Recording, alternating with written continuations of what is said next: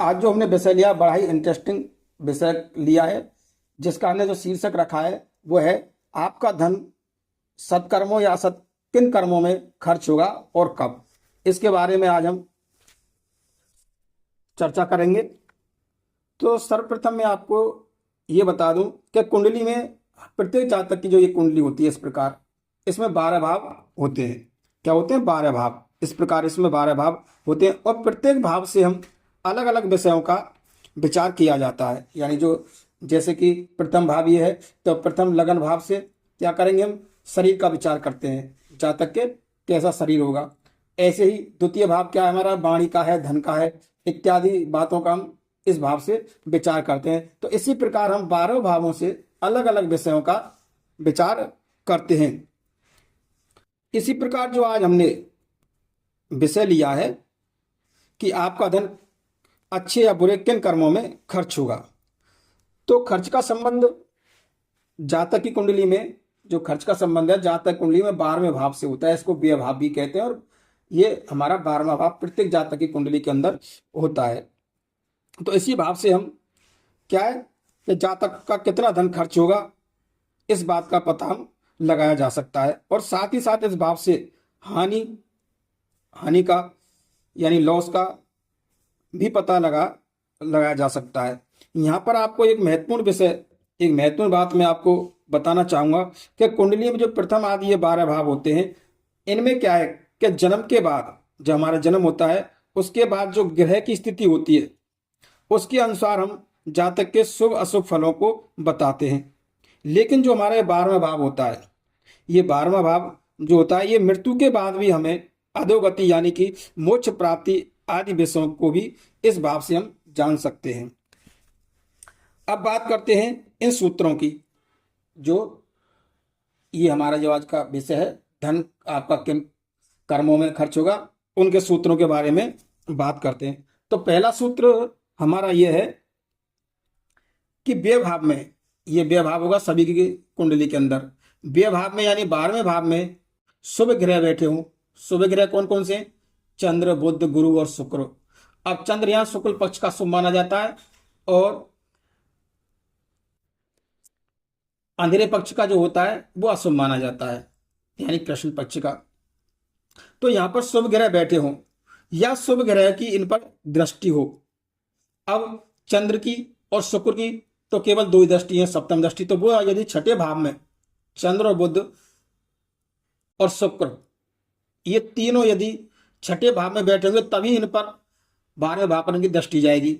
और गुरु की 3 दृष्टियां होती हैं, पंचम, नवम और सप्तम दृष्टि।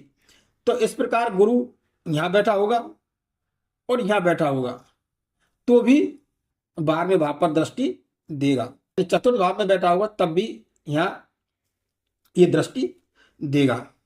यानी इस भाव में शुभ ग्रह बैठे हो या शुभ ग्रह की दृष्टि हो तो हमारा धन, जो आपका धन है, वो सही कार्यों में, सत्कर्मों में खर्च होगा। अब दूसरा सूत्र लेते हैं। दूसरे सूत्र में क्या है कि इसी का सूत्र हम उल्टा कर देते हैं।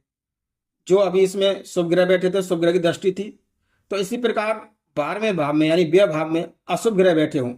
अशुभ ग्रह जैसे शनि, मंगल, राहु या सूर्य को भी क्रूर ग्रह के अंतर्गत रखा जाता है। तो ये ग्रह यहाँ बैठे हों या इनकी दृष्टि हो तो जातक का धन बुरे कर्मों में खर्च होता है।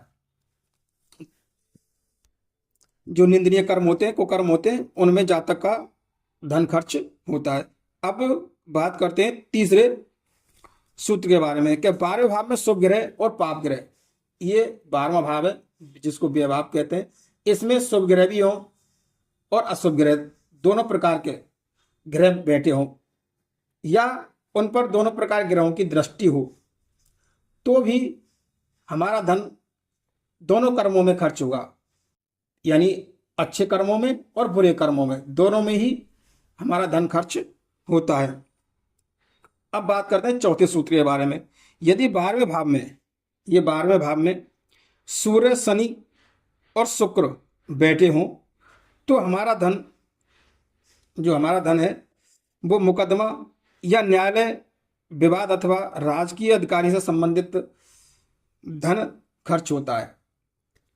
अब बात करते हैं अगले सूत्र के बारे में। यदि इसी भाव में 12वें भाव में गुरु बैठे हों, गुरु विराजमान हो, तो आयकर विभाग या कर्ज से ब्याज देने से जो हमारा धन का खर्च होता है, यानी जैसे हमने किसी से कर्ज लिया तो उस पर हम ब्याज देंगे, तो उस पर हमारा धन का खर्च होता है इनकम टैक्स से संबंधित। अब बात करते हैं अगले सूत्र के बारे में। यदि 12वें भाव में चंद्रमा कमजोर हो, यहाँ कमजोर अवस्था का चंद्रमा हो, जैसे नीच हो, शत्रु राशि में हो, कृष्ण पक्ष आदि का हो, तो भी प्रशासनिक अर्थदंड से धन का व्यय होता है। प्रशासनिक अर्थदंड जो होता है उसमें हमारा धन का खर्च होता है। अब बात करते हैं अगले सूत्र के बारे में। यदि व्यय भाव में शनि मंगल की युति हो, यानी कि 12वें भाव में शनि और मंगल की युति हो, यानी एक साथ बैठे हो, तो सगे भाई के द्वारा, यानी अपने सगे भाई के द्वारा हमारे धन का खर्च होता है। इस प्रकार आपने इन सूत्रों के माध्यम से धन के खर्च के बारे में जाना।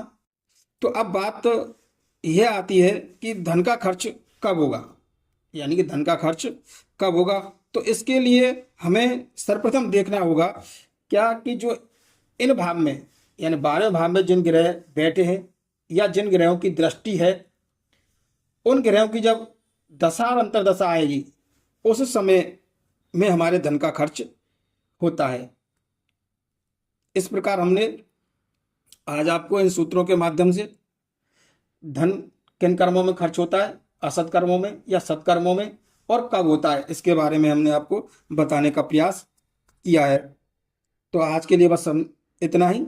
हमारा यह कार्यक्रम आपको पसंद आया हो तो इस कार्यक्रम को लाइक करें, शेयर करें और हमारे यूट्यूब चैनल दक्ष ज्योतिष ज्ञान को सब्सक्राइब अवश्य करें। धन्यवाद।